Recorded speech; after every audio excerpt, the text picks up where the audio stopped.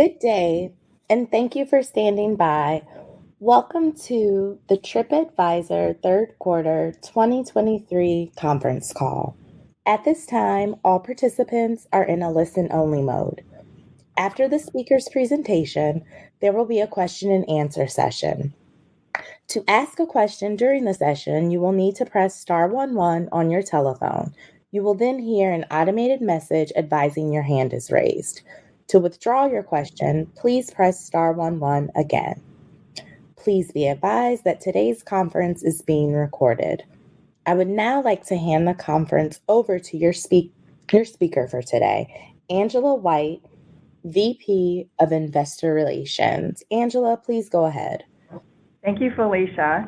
Good morning, everyone, and welcome to TripAdvisor's third quarter 2023 financial results call. Joining me today are Matt Goldberg, President and CEO, and Mike Noonan, CFO.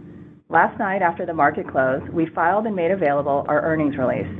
In that release, you'll find reconciliations of non-GAAP financial measures to the most comparable GAAP financial measure discussed on this call.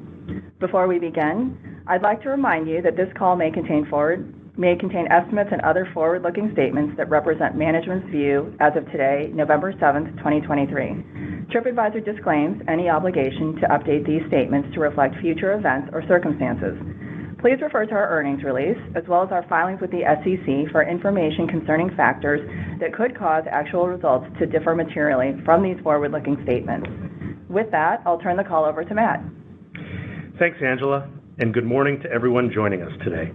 For the third quarter, on a consolidated basis, TripAdvisor Group delivered revenue of $533 million, reflecting growth of 16% year over year. Viator achieved another solid quarter of outperformance, with 41% revenue growth versus last year, and TripAdvisor Core also performed better than expected.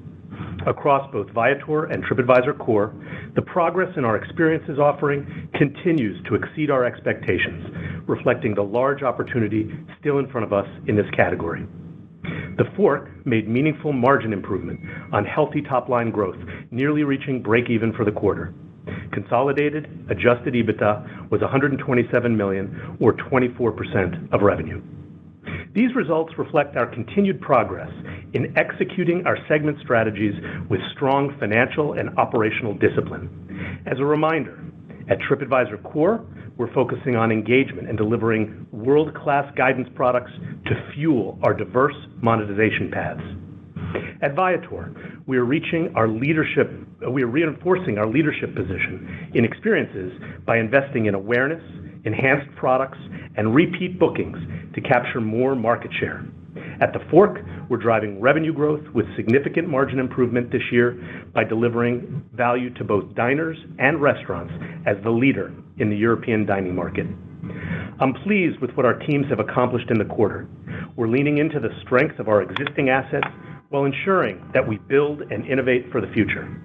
We're executing more efficiently and effectively across each of our segments, and we continue to solidify our position as the most trusted source for travel and experiences, with TripAdvisor leading the way on the launch of the Coalition of Trusted Reviews, where we've brought together the leading platforms in the online review space to combat fake reviews and set global standards to best serve consumers.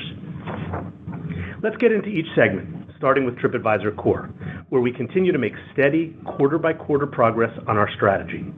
I'm going to highlight a few examples of the proof points we're seeing in our ability to provide world-class travel guidance, use that guidance to drive deeper engagement with travelers, and position ourselves to translate that engagement over time into meaningful financial impact. Our strategy starts with innovating and enhancing our product, reinforcing TripAdvisor as a world-class guidance platform for planning and taking a trip, as well as in-destination decision-making. At our last call, we mentioned the promising early feedback from a significant upgrade to Trips, our core trip planning and itinerary product, including a new generative AI-powered itinerary feature. We're still early in the journey and iterating continuously, but we're seeing compelling results. During the first 3 months in beta, members who created itineraries returned at a much higher rate within the first 7 days than members who hadn't created an itinerary, and we've observed that higher return rate continuing for the full month thereafter as well. Importantly, members who build an itinerary also generate, on average, 3 times higher revenue than the average TripAdvisor member, and the average member already monetizes at approximately 10 times the rate of non-members. We believe the initial data is a good indication of early product market fit, and we're on a plan to launch this full trip planning and itinerary product on our mobile app on iOS and Android this quarter. Another stated priority is to drive deeper engagement with travelers, leveraging our unique content and data at scale. We continue to deliver progress in Q3. Let me share 2 examples. First, we've been leveraging generative AI and machine learning tools to bring together guidance from our community and our editorial team on a set of our most popular destination pages. Think New York City, Paris, and so on. Curating fresh, relevant content on these pages is driving over 15% more saves. So travelers are engaging more frequently by adding a desired hotel, restaurant, or experience they discovered through our product to the trip they're planning.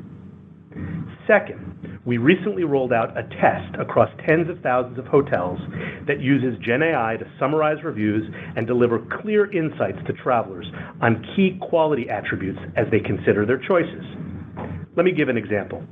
For me, the single most important factor in booking a hotel is that I can get a quiet night's sleep. We're now leveraging our data to provide a clear signal about the noise level of a particular hotel, along with other critical qualities we know are important to travelers, like atmosphere, service, value, and more. While Gen AI provides the perfect way to summarize content at scale, trust is still at the center of why people come to us.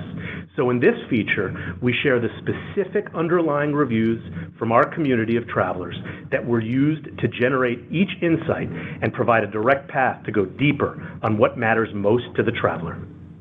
These examples are just a few of the many encouraging proof points that our teams are driving, which gives us conviction in our strategic direction, prioritization, and sequencing. But we know this only matters if it translates to financial impact over time, and we're also pleased with the leading indicators we're getting on monetization. I mentioned before the significantly higher revenue we see among users who create a trip. As these users build an itinerary and engage more deeply, they're exposed to monetizable hotel and experience recommendations to relevant ads from our partners, all of which we're increasingly integrating directly into this user journey. And the refreshed content on our destination pages is a perfect point in the journey to surface these options to a traveler. We've already observed double-digit increases in experiences revenue on the pages with these content enhancements, and we're just beginning to scale.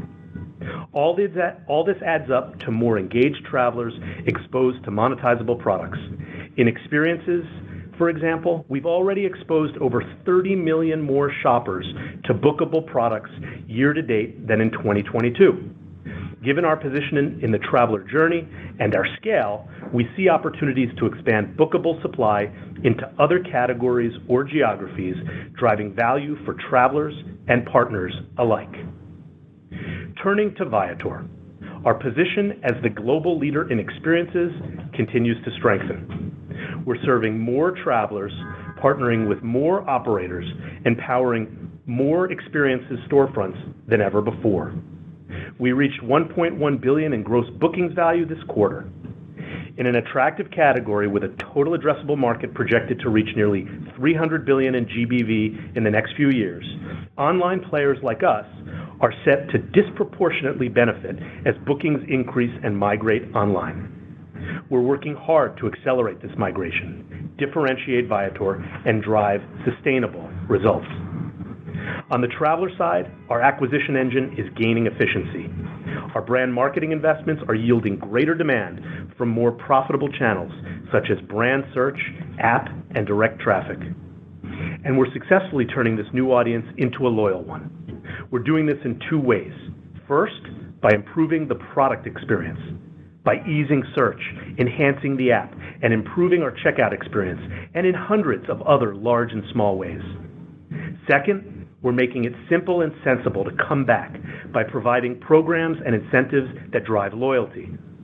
Collectively, these are driving significant improvements to repeat behavior. Our most loyal users are our fastest growing, highest spending, and least expensive of all our users. On top of this compelling traveler experience, we're also reinforcing our supply asset. Viator has the world's largest high-quality online supply of experiences, over 300,000 products from more than 55,000 operators. We've achieved this by being the best partner we can, by driving more bookings and delivering demand as seamlessly as possible. Our success here shows up in our high retention rates, as well as our operator engagement, with suppliers generating meaningfully more business through Viator the longer they remain on our platform. We also see it in the adoption of our Accelerate program. More than half of eligible products are now opted into the program, with operators choosing to exchange a higher commission for increased exposure across our platform. This has contributed to sustained improvements in take rates and a clear signal of the meaningful value we're providing. Finally, at TheFork, we continue to make progress on executing our strategy to achieve profitable growth, growing top-line revenue while reaching an adjusted EBITDA loss of $1 million, a significant improvement over last year. As we build on this performance, we remain on track to deliver on our commitment to exit the year at break-even profitability. We're achieving these results by leveraging our historical investments on both sides of the marketplace while focusing on operational execution. On the demand side, we observe strong bookings contribution from repeat diners, the majority of which engage with us through our app, our most efficient and profitable channel. On the supply side, our restaurant cohort performance exhibited sequential improvements on both volume and value per restaurant. We're also benefiting from operational efficiencies as we lead our teams to higher levels of productivity as the business continues to grow.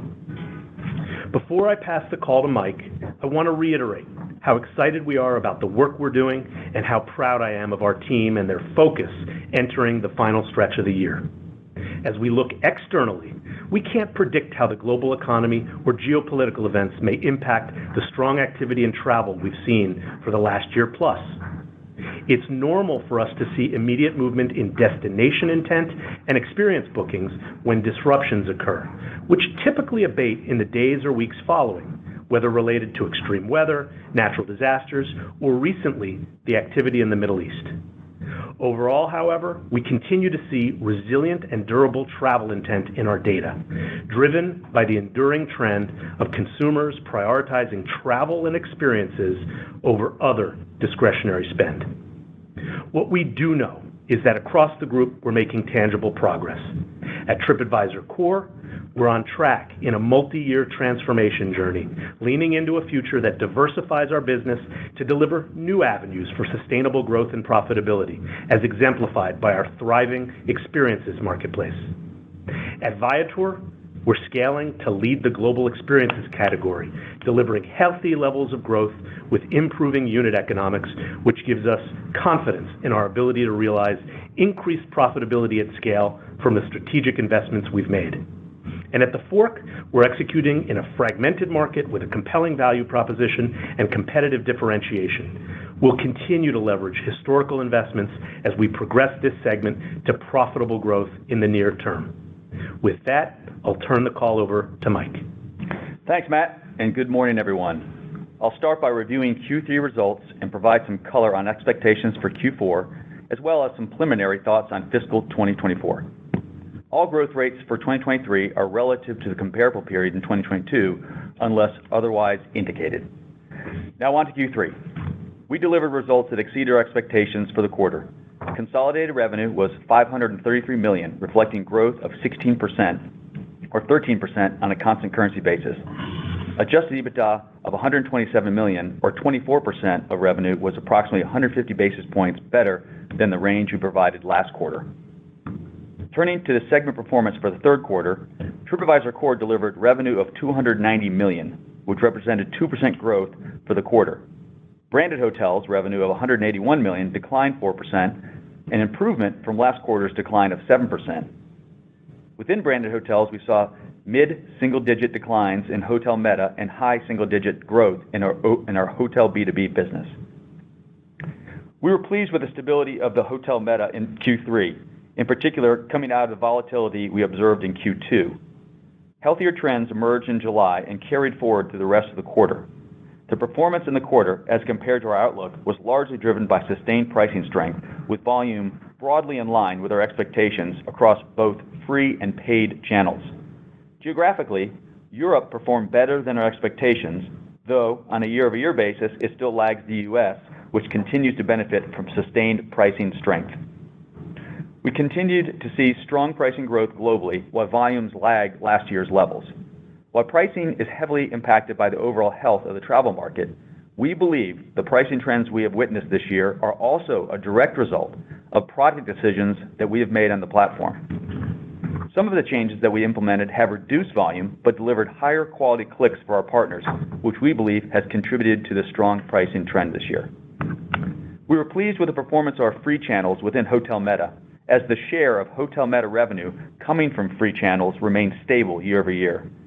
We continue to manage paid channels for profitability by maintaining consistent ROAS targets. While this puts pressure on Hotel Meta revenue growth, we believe maintaining profitability in paid channels is prudent as we continue to execute on our transformation of TripAdvisor Core. Display and platform revenue grew 15% to $38 million.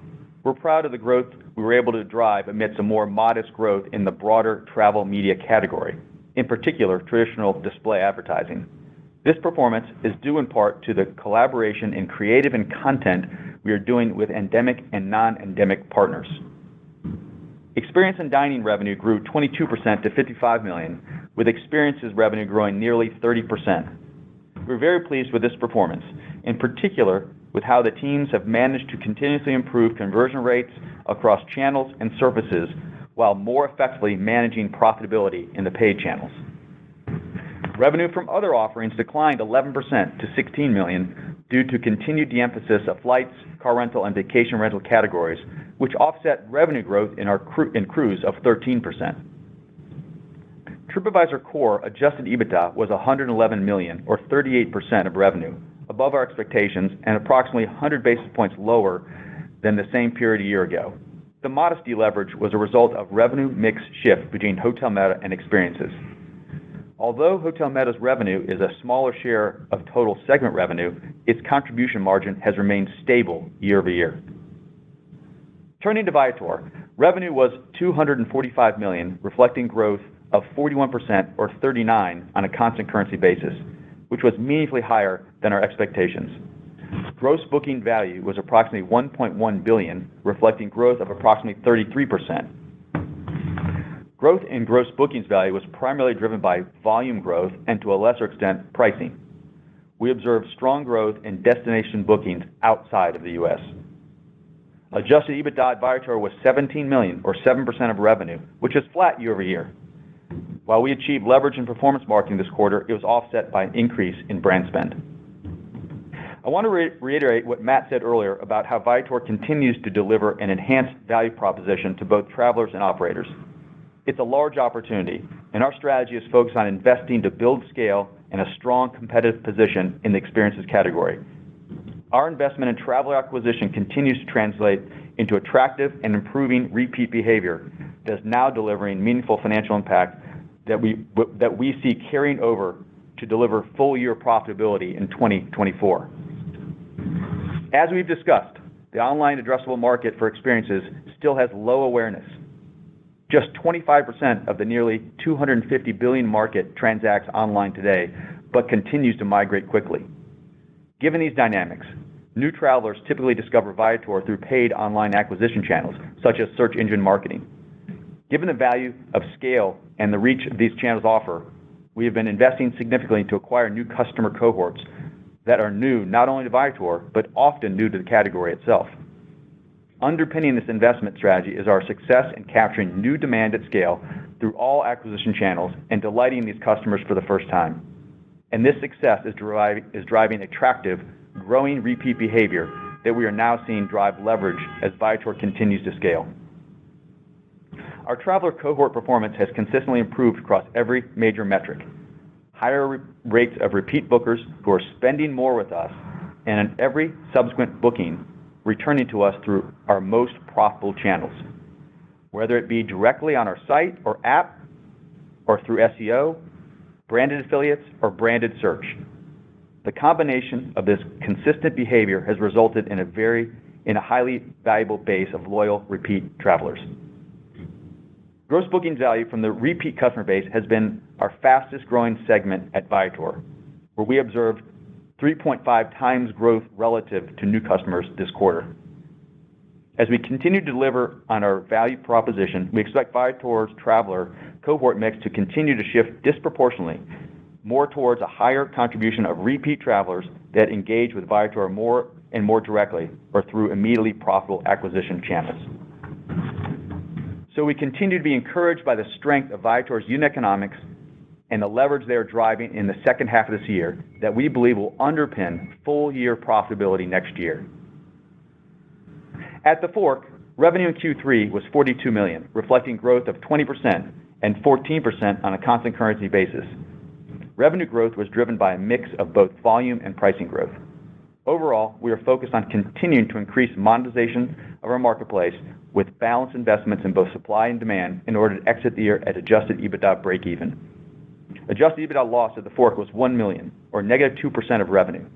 Sales and marketing, as well as technology and content costs, leveraged significantly, resulting in 24 percentage points of year-over-year margin improvement, driven by disciplined operating execution. We're pleased with the progress we are making on profitability and anticipate further momentum in future periods. Turning now to consolidated expenses. Cost of revenue delevered by approximately 100 basis points, primarily due to the increased weighting of Viator-related cost as a percent of consolidated revenue.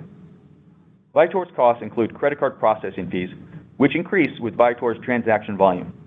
We also saw some increases in media-related costs in the Tripadvisor Core segment due to more customized campaigns we ran in the quarter. Sales and marketing as a percent of revenue was approximately flat year over year. People costs as a percent of revenue were lower at Tripadvisor Core and TheFork, offset by higher sales and marketing spend at Viator, primarily due to increased brand spend. Technology and content delevered modestly due to higher people costs at both Viator and Tripadvisor Core, which offset lower costs at TheFork. G&A expenses levered by about 50 basis points, primarily due to lower people costs at Tripadvisor Core. During the quarter, we had a restructuring expense of approximately $18 million. This included $8 million in Tripadvisor Core related to the cost savings actions we discussed on our last call. In Viator, this included $3 million related to restructuring efforts to move certain functions to lower cost locations.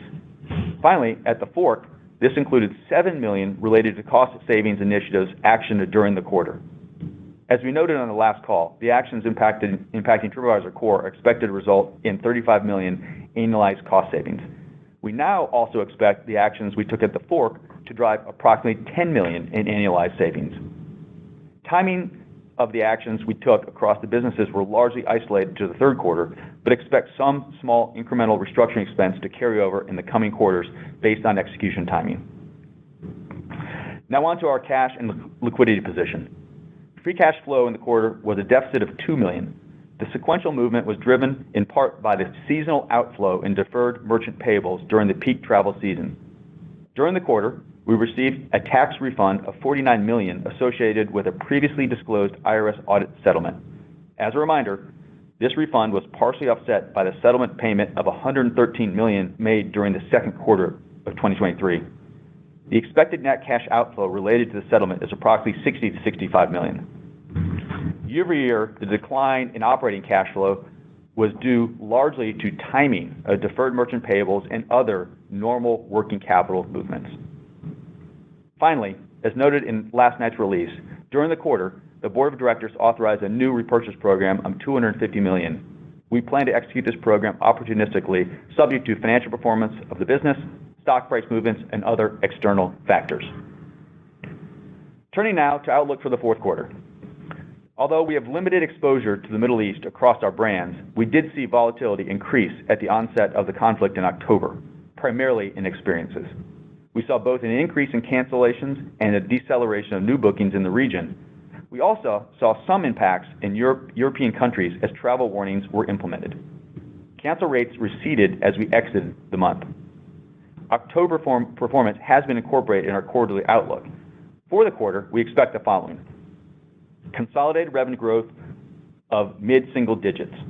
The primary drivers of our expectations are mid-single-digit declines in TripAdvisor Core and low 20% growth in Viator. We expect TheFork to grow in the low to mid-teens year-over-year. For adjusted EBITDA, we expect consolidated margins of mid-teens, expanding year-over-year by 400 to 500 basis points. By segment, we expect an approximately flat margin in TripAdvisor Core despite expected revenue declines.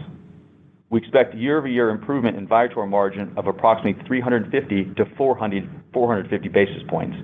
And we expect TheFork to benefit year-over-year from cost improvements and exit break-even. For the full year 2023, we now expect revenue growth in the high teens, slightly above the outlook we provided on our last call. For adjusted EBITDA margin, we're slightly increasing our expectations from our last call and now expect consolidated EBITDA margin of approximately 18%. As we begin to think about 2024 on a consolidated basis, we expect to deliver adjusted EBITDA dollar growth that will outpace revenue growth due to the full year contributions from both Viator and TheFork, coupled with our approach to balancing investment and core strategy, where the savings we found in 2023 allow us more flexibility to support future execution of the strategy. With that, I'd like to turn the call back over to the operator and begin Q&A.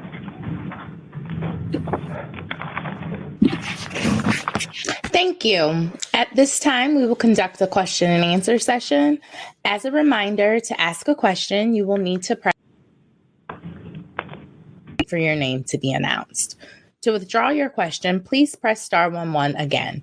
Please stand by while we compile the Q&A roster.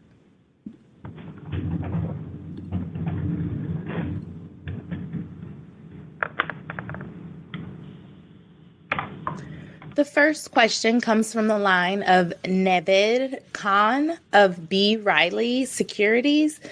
Nate, please go ahead. Yeah, thanks a lot. Two questions from me. It's great to see the signs of leverage in Viator margins.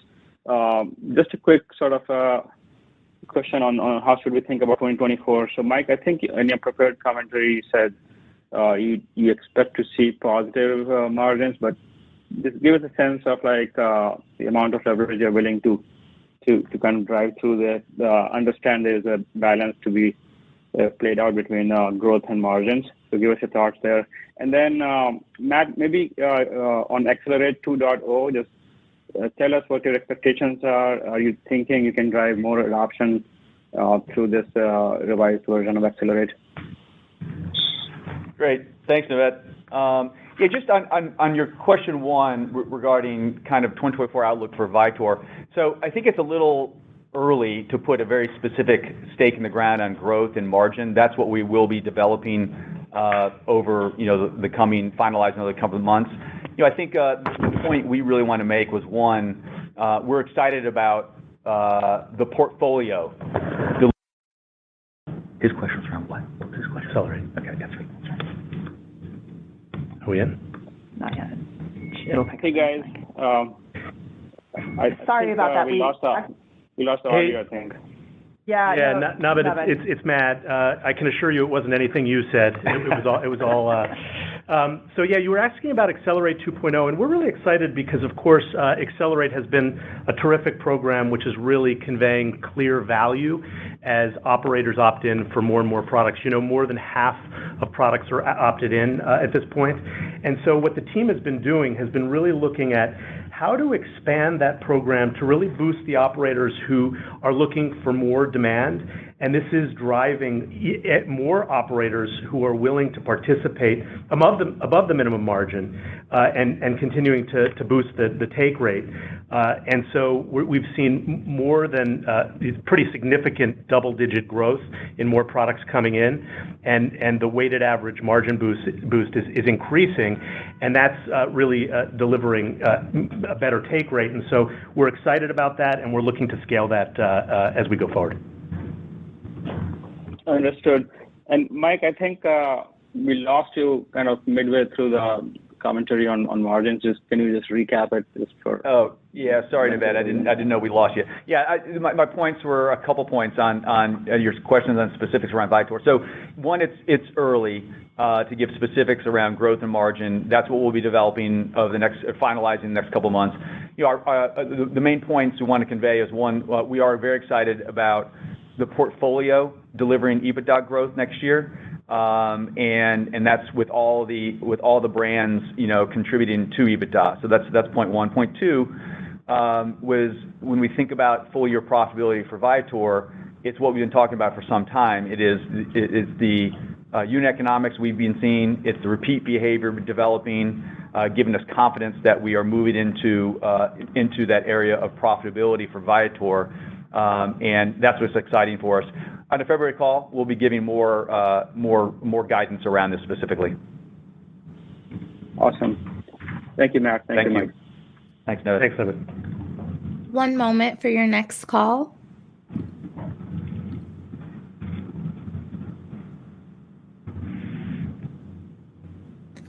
The next question comes from the line of Ben Miller of Goldman Sachs. Ben, please go ahead. Hey, thanks for taking the questions.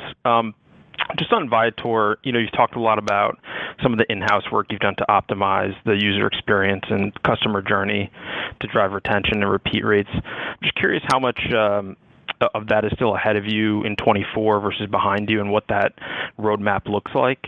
And then on the cost savings in the core and the fork, how are you thinking about the flow through of that versus reinvestments in both segments? Thanks.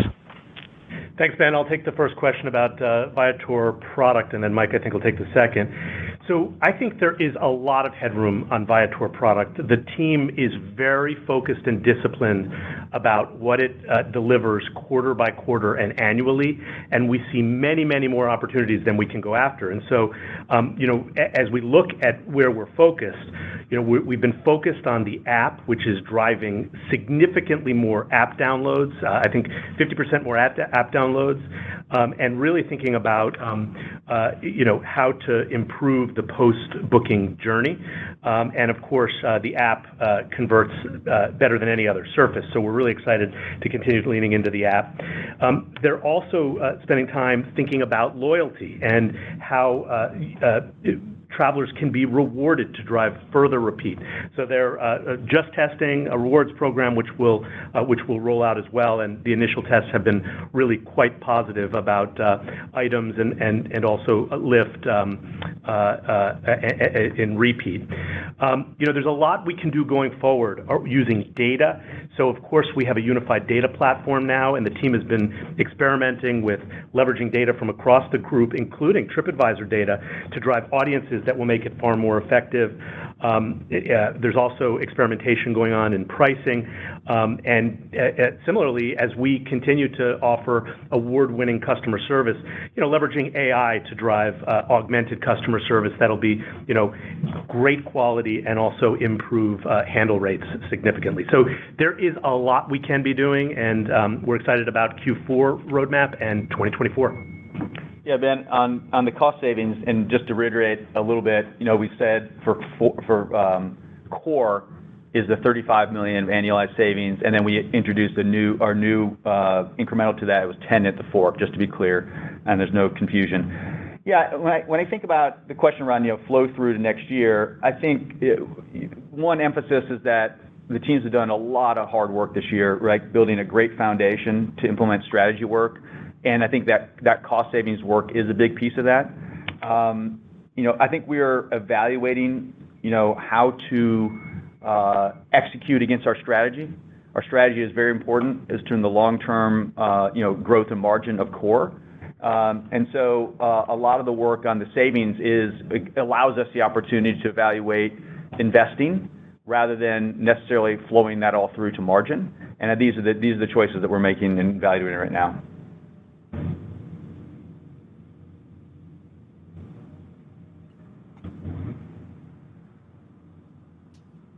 One moment for your next question.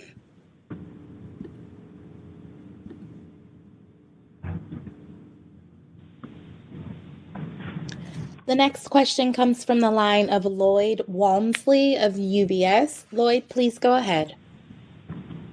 Great. Thanks for taking the questions, and apologies if you've covered some of this already.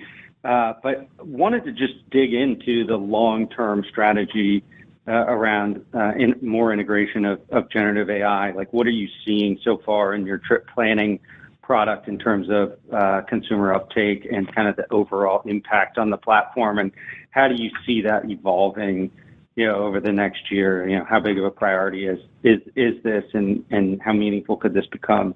Would love to get your thoughts on that. Thanks. Thanks, Lloyd. Of course, we've been working on AI and ML for a long time in this company. When generative AI became something that everybody was talking about, I was very clear that we have urgency and focus on it, and we think about it in three ways.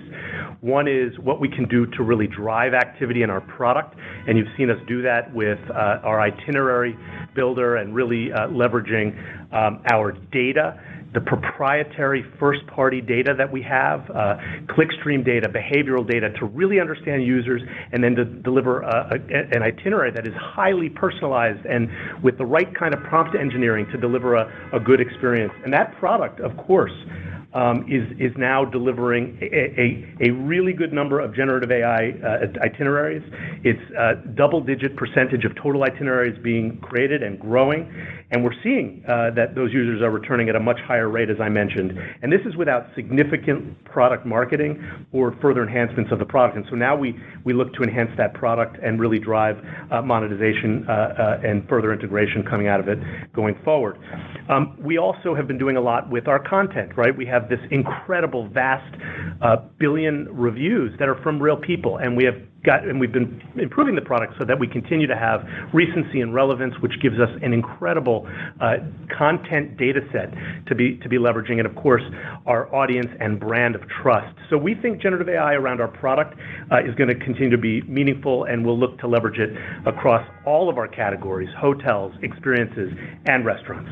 We'll also leverage generative AI for productivity, and we're exploring lots of use cases across how we think about trust and safety and what we're doing to make sure we have the highest quality reviews, translation and localization, as I mentioned before, customer service, engineering productivity, marketing productivity. We can imagine a use case for every functional area, and we're going to be leaning in for the long term. And then finally, we want to be very thoughtful about how we partner with the best of class LLMs and the large tech platforms as we think about being a part of the generative AI ecosystem, whether we choose to be a direct partner or, frankly, select the ones that we feel we're getting the most value from and choose not to work with and therefore block the others that don't. So we think we've got a good strategy for the long term, and this is a long-term proposition. It's very early days, but we're excited about where we are.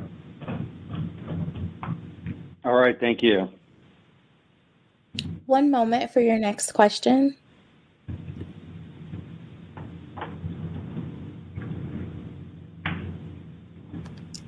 The next question comes from the line of Doug Anmuth of JP Morgan. Doug, please go ahead. Good morning. This is Bayon for Doug. Thanks for taking the questions. I have two. So first one, could you provide a little more color on the Viator 4Q growth guide? Does the low 20% growth expectation include any view on improvement in growth in the back half of the quarter? And then secondly, just looking at monetization, is the goal to drive more revenue per user using the monetization methods you already have in place, or do you see an opportunity to add new monetization options over time? Thank you. Yeah, I'll take the first one on Viator Q4. So, yeah, I would say when we think about Viator and outlook for Q4, I would say a couple things. One, it is a tough comp, lapping still very high growth rates in that fourth quarter. And then, secondly, I would say, as I said in the prepared remarks, October we did see some volatility coming out of the Middle East, and and some of it leaked over into Europe, and that's part of our forecast. So I think those are two areas that would be, I would tell you, in terms of how our thoughts are thinking around Q4 for Viator.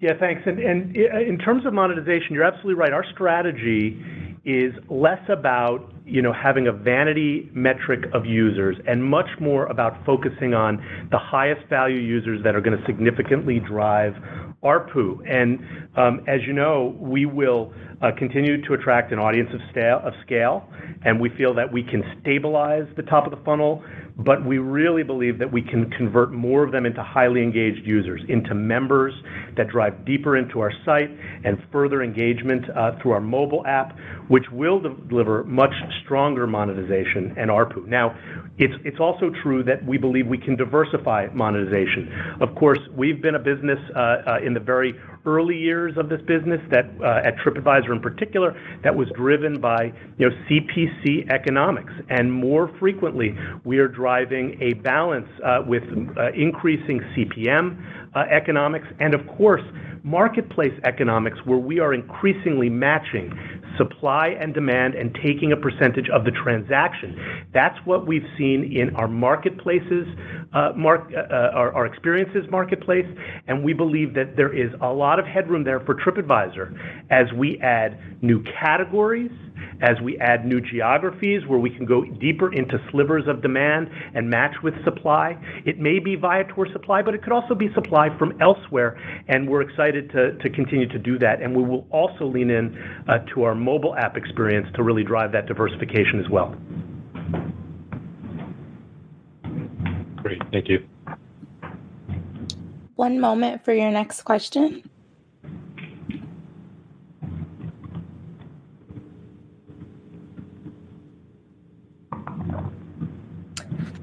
The next question comes from the line of Niall Mitchelson of Bernstein. Niall, please go ahead. Hi there, thanks for the question.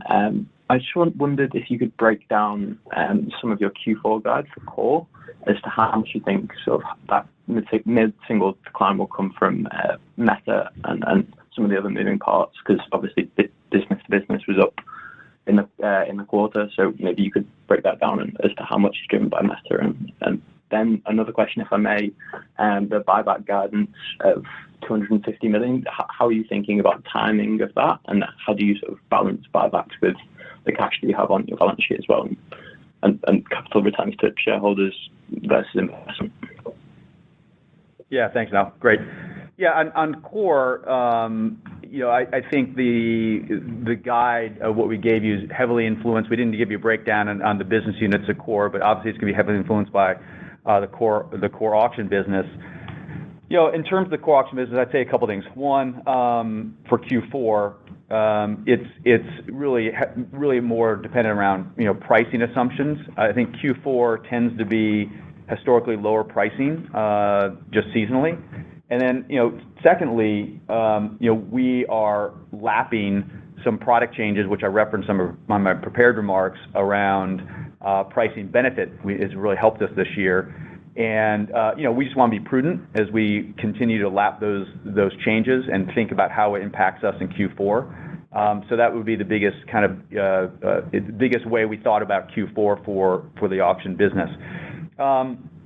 In terms of the buyback program, we are very excited about this. When we think about overall capital allocation, this is important part of that framework. We still want to provide adequate liquidity to think about value accretive M&A. We've talked about that for some time this year, as well as making sure we're maintaining a strong balance sheet and liquidity position. The buyback, we do want to execute opportunistically, according to as we think about overall liquidity needs, and we do want to maintain a strong liquidity profile. So we'll be evaluating that as we progress over the next 2 years, where we see excess capital that we're generating from free cash flow that we could deploy to the buyback incrementally over time, and are excited about the program.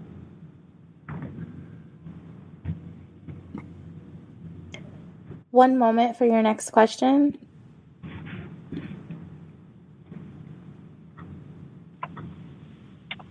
The next question comes from the line of Jed Kelly of Oppenheimer & Co. Jed, please go ahead. Hey, great. Thanks for taking my question. Just circling back to some of the pricing commentary you had and the differences between Europe in the U.S. Was some of the pricing due to the European market just being so good and a lot of your partners receiving higher organic traffic? And should we expect like an improvement in next year? And then can you just give us an update on what your fixed cost baseline should be going into next year after the cost cuts? Thank you. Yeah, so on the pricing side, Jed, and good to hear from you. The pricing side for Q3, our pricing was better than anticipated, but still, lags, I'd say, other regions, U.S. and Europe. I think pricing is better in free than paid. The paid channel in Europe continues to be very competitive, and the paid channel in Europe, and globally, we continue to manage for profitability and ROAS targets, as I said on my prepared remarks, which has remained stable year over year. Hard to see how if that changes next year. I think we expect that to continue to be a competitive market, and as we sit today, we expect to continue to kind of approach that market in a similar way, as well as how we approach other markets. In terms of fixed cost base, I think I just repeat back kind of what I said before in my earlier remarks. We think about core. With the activities we did this year, we are excited about the opportunities to think about where we invest for growth and strategy, I'd say, long-term growth, and the opportunities and decisions we make around how we think about that in savings. We continue to be prudent as to where those savings came from in terms of headcount reductions, primarily in G&A and some of our sales and marketing functions, while protecting a lot of the areas around innovation that we've been making this year, which is very important to our long-term growth and health and underpin all the things that Matt has talked about earlier. So we're excited about the position we've put ourselves in, and again, we'll be making some of those trade-off decisions as we finalize planning in the next couple of months. Thank you. One moment for your next question.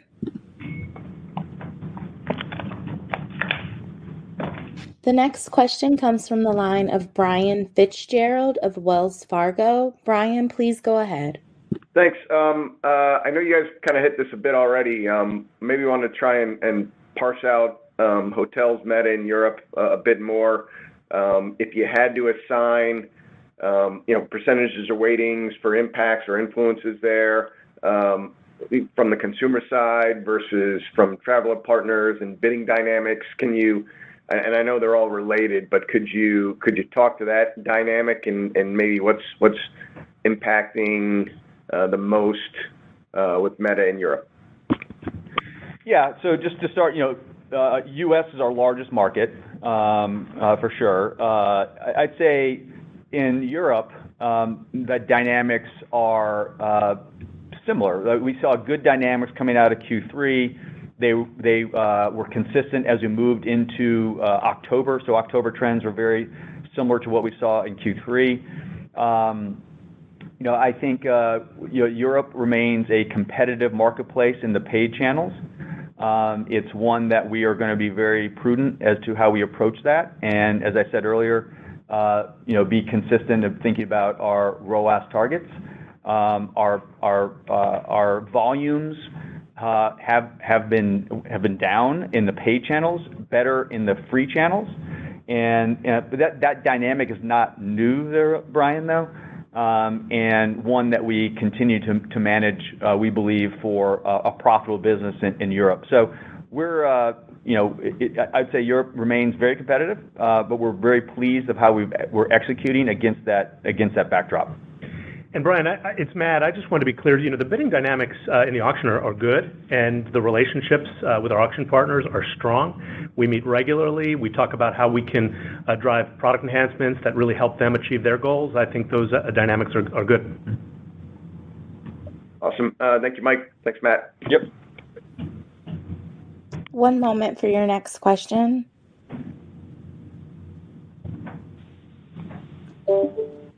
The next question comes from the line of Tom White of D.A. Davidson & Co. Tom, please go ahead. Great. Thanks for taking my question. Just you touch on supply trends at Viator, and curious where ramping supply focus areas.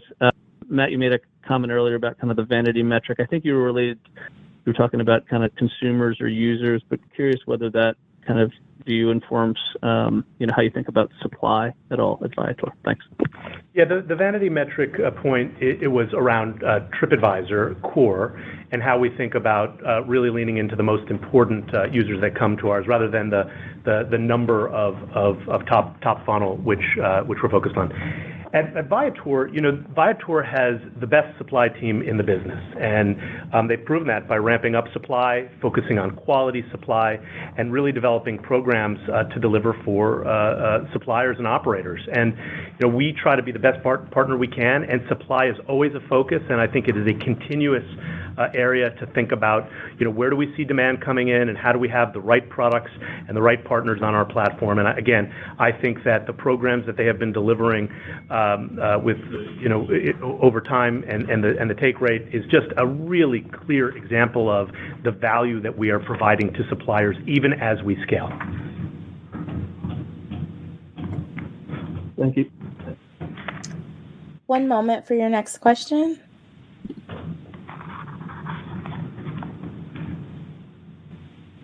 The next question comes from the line of Kevin Koppelman of TD Cowen. Kevin, please go ahead. Great, thanks a lot. Could you touch a little bit on the competitive landscape in experiences with Viator and maybe characterize your position with Viator and any changes or how you see it developing? Thanks.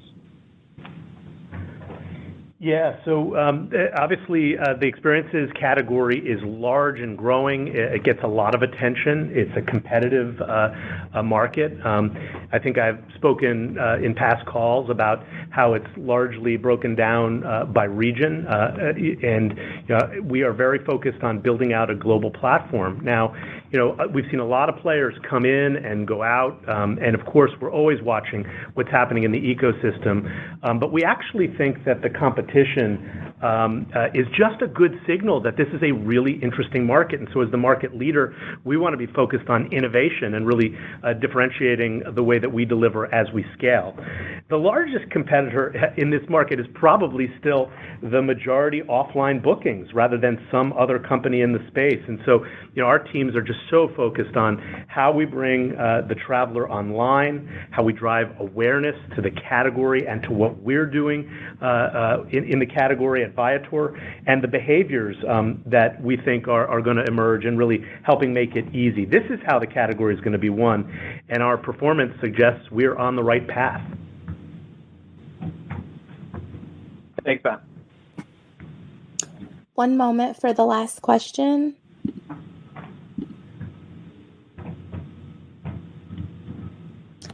The last question comes from the line of John Colantuoni from Jefferies. John, please go ahead.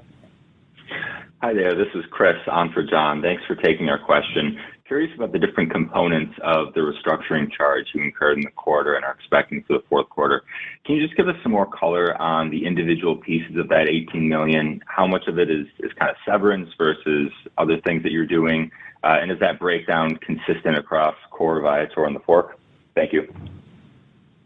Yeah, good question. So, the restructuring charge that I mentioned in my prepared remarks, majority of that is really around TA Core. Now, TA Core is really around, the vast majority of that is headcount related, so it will be severance costs and severance payments, things like that. And as I mentioned earlier, a majority of that is in around G&A functions and sales and marketing. We did keep investment in areas like technology and content for our longer term strategy. Similarly, for TheFork, I would say it was a similar type of breakdown. I think a little bit more diverse, but really headcount related. And Viator was really around restructuring of moving some product teams into low-cost locations. So not a savings for Viator, but really a reallocation, a long-term savings, I think, from a more efficiency perspective, but reallocation of resources to a more efficient location. All right, very helpful. Thank you. Mm-hmm. At this time, I'd like to turn the call back over to CEO Matt Goldberg. Thanks, Felicia, and thanks again to everyone joining us today. We're excited about the progress we're making on our stated strategy in each of our segments and focused on closing out the year strong as we look forward to 2024. See you soon. Thanks.